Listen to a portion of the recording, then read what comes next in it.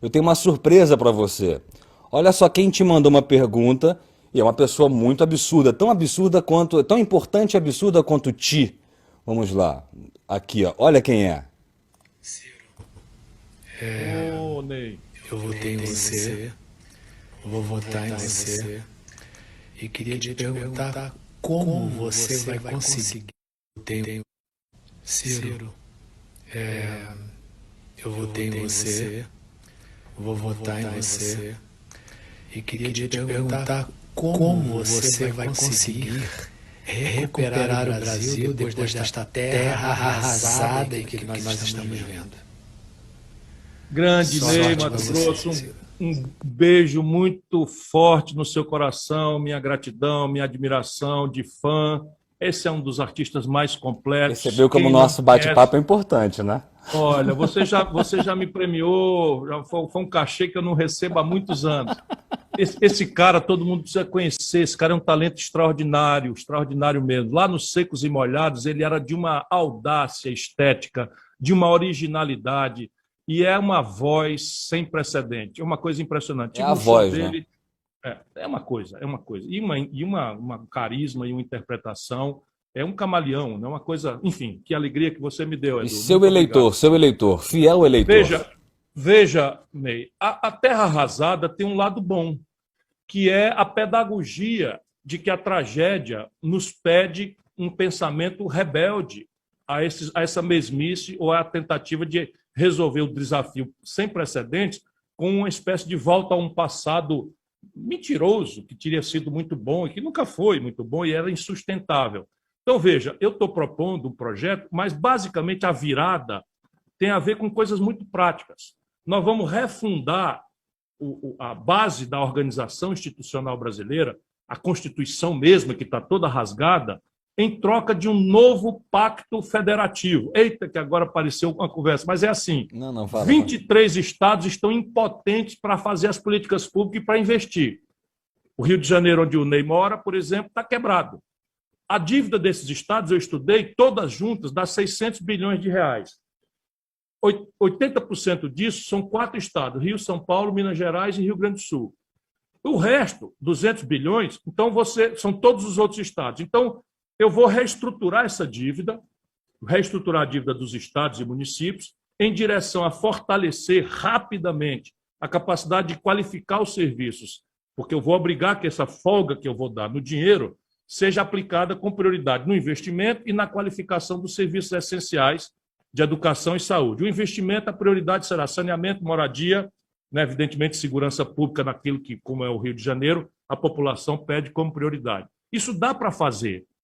Isso dá para fazer, sim, e o prazo não é tão demorado, porque é uma virada das regras, e aí o projeto de desenvolvimento começa por mexer nos 4 grandes motores.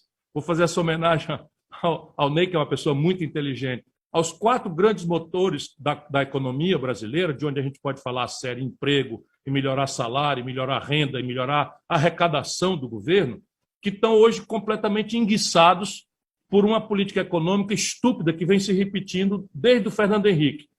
Dou um desconto para o Fernando Henrique, porque o Fernando Henrique estava experimentando, mas ela já produziu crises a ponto de o Brasil ter uma década agora, 10 anos, os piores dos últimos 120 anos.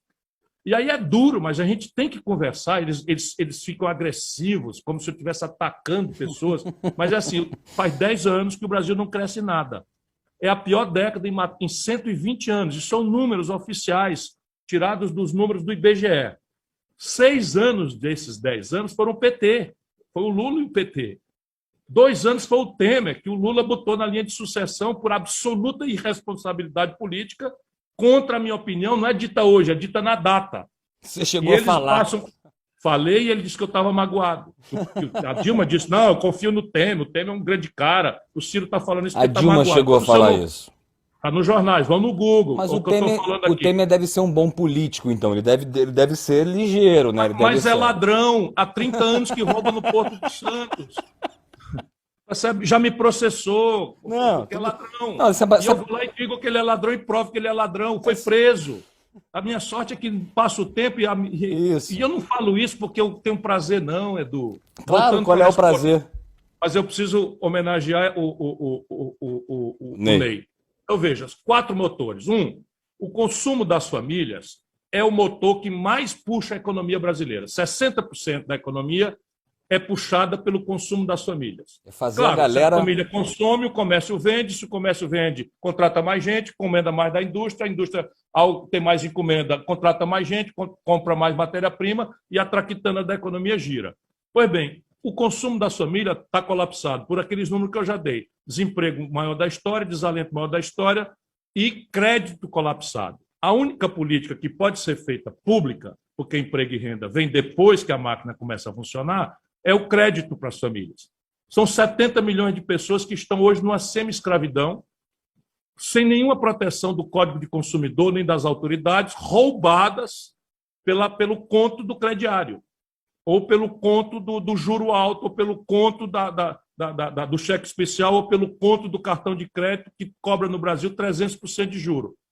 Aqui nós estamos conseguindo mediar e conseguimos descontar 90%, porque não é dado.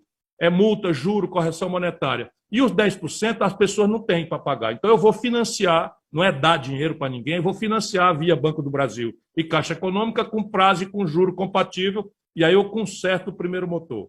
O segundo motor é o investimento empresarial. Ele está colapsado como nunca aconteceu. Claro que o investimento empresarial a gente sabe como é que funciona. É você abrir uma loja nova e a outra não fechar. É fazer uma roça nova e a outra não encolher. É fazer uma indústria nova e a outra não fechar. Estou falando aqui para o leigo, não é para o Ney Mato Grosso. Eu sou super leigo, eu sou super leigo. Eu sou sensível, mas sou leigo. O investimento empresarial está colapsado por 2 razões. Primeiro, o investimento que está aí faz 10 anos que não vê troco. Por quê? Porque está com 25% a 30% de capacidade instalada ociosos. Vamos lá, simplificando. O Brasil tem uma fábrica capaz de produzir 1.000 geladeiras por ano e faz 10 anos que só vende 750. Quem é que vai abrir uma nova fábrica de geladeira, Edu? Se a fábrica que tem capacidade de produzir 1.000 só vende 750 há 10 anos. Ou, como dizem os economistas, não tem taxa interna de retorno que aguente um negócio cujo capital empatado não se remunera a 100% do que podia ser remunerado nos seus planos. Investimento empresarial vem depois que a capacidade instalada vem depois que a economia se aquece. Mas o crédito que está colapsado tem 6 milhões de empresas, a maioria micro, pequenas e médias empresas, no Serasa, que é o SPC das empresas. Eu vou fazer um fundo de reestruturação dessas dívidas mediante acordos de investimento e retenção de emprego e salário formal, com carteira assinada, porque essa história de informalidade nunca botou nação nenhuma para frente. É o segundo motor. O terceiro motor é mais óbvio ainda, é o setor público. Quando o governo faz uma ferrovia, ele contrata 10 mil pessoas. Quando ele avança para fazer um conjunto habitacional, ele contrata 20 mil pessoas.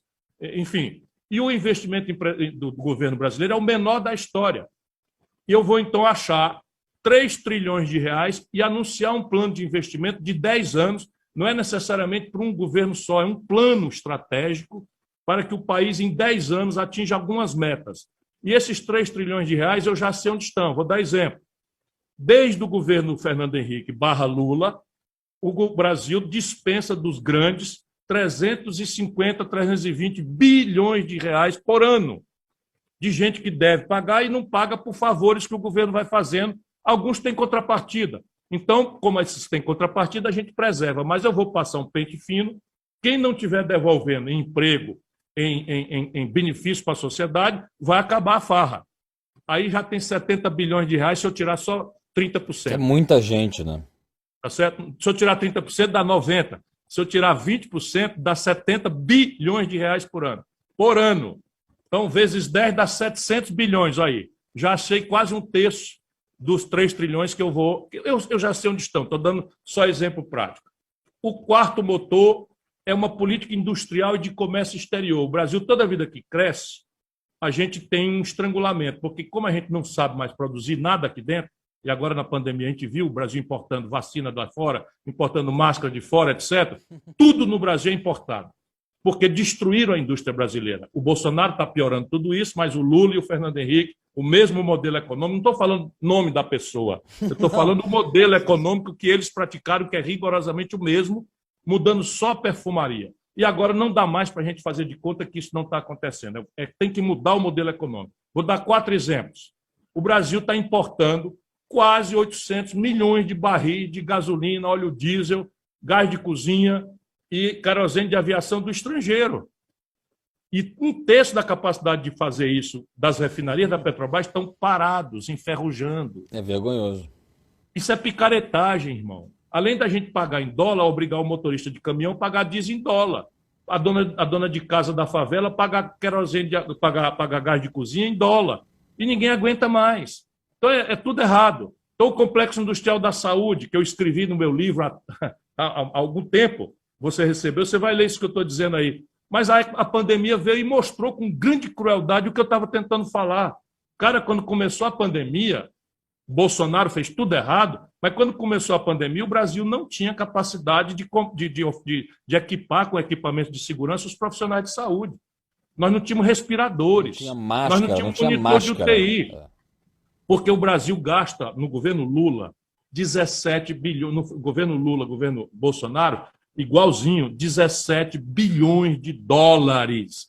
Isso dá 80 bilhões de reais por ano, financiando emprego na China, nos Estados Unidos e na Europa.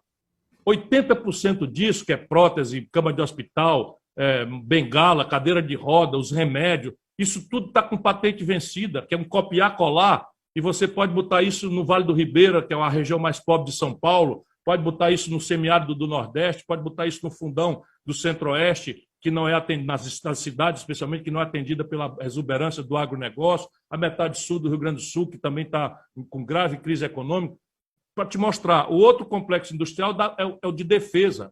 Outro dia, do meu caro Ney, a China ganhou a concorrência para fornecer os uniformes do Exército Brasileiro. Eu tenho que botar em cantar assim para poder não sair um palavrão, cacete. Não, mas é importante falar mesmo. E às vezes... Espera um pouquinho. Qual é a dificuldade de você exatamente pedalar uma máquina de costura ou um overlock mais moderno para fazer um uniforme do Exército? Sabe o que é? Porque a condição industrial brasileira foi destruída. A impressão que eu tenho está tudo desorganizado. Foi anulada. Mas é assim, desse jeito, nós estamos virando ex-nação. Mas olha, eu estou dando a solução. Tudo está na mão do Brasil fazer. Se você dissesse, está aqui o México para você governar, eu teria dificuldades, porque o México levou longe demais e hoje os americanos têm, o outro lado da fronteira, maquiladoras que têm 80%, 90% do mercado dessas maquiladoras é o mercado americano. Ou seja, o México hoje está numa dependência vital dos Estados Unidos e está se dividindo como um país que, ao norte, está se contaminando com a fronteira americana, que é livre para riquezas e dinheiros, e restrição, morre gente, separam crianças de família na migração desumana que tem acontecido lá. Me dá assim, me entrega a Argentina para eu resolver, vai dar mais trabalho, porque a Argentina também foi longe demais. O Brasil ainda dá para consertar, ainda dá, mas se passar da agora, vai ficar mais ou menos parecido com esses casos perdidos.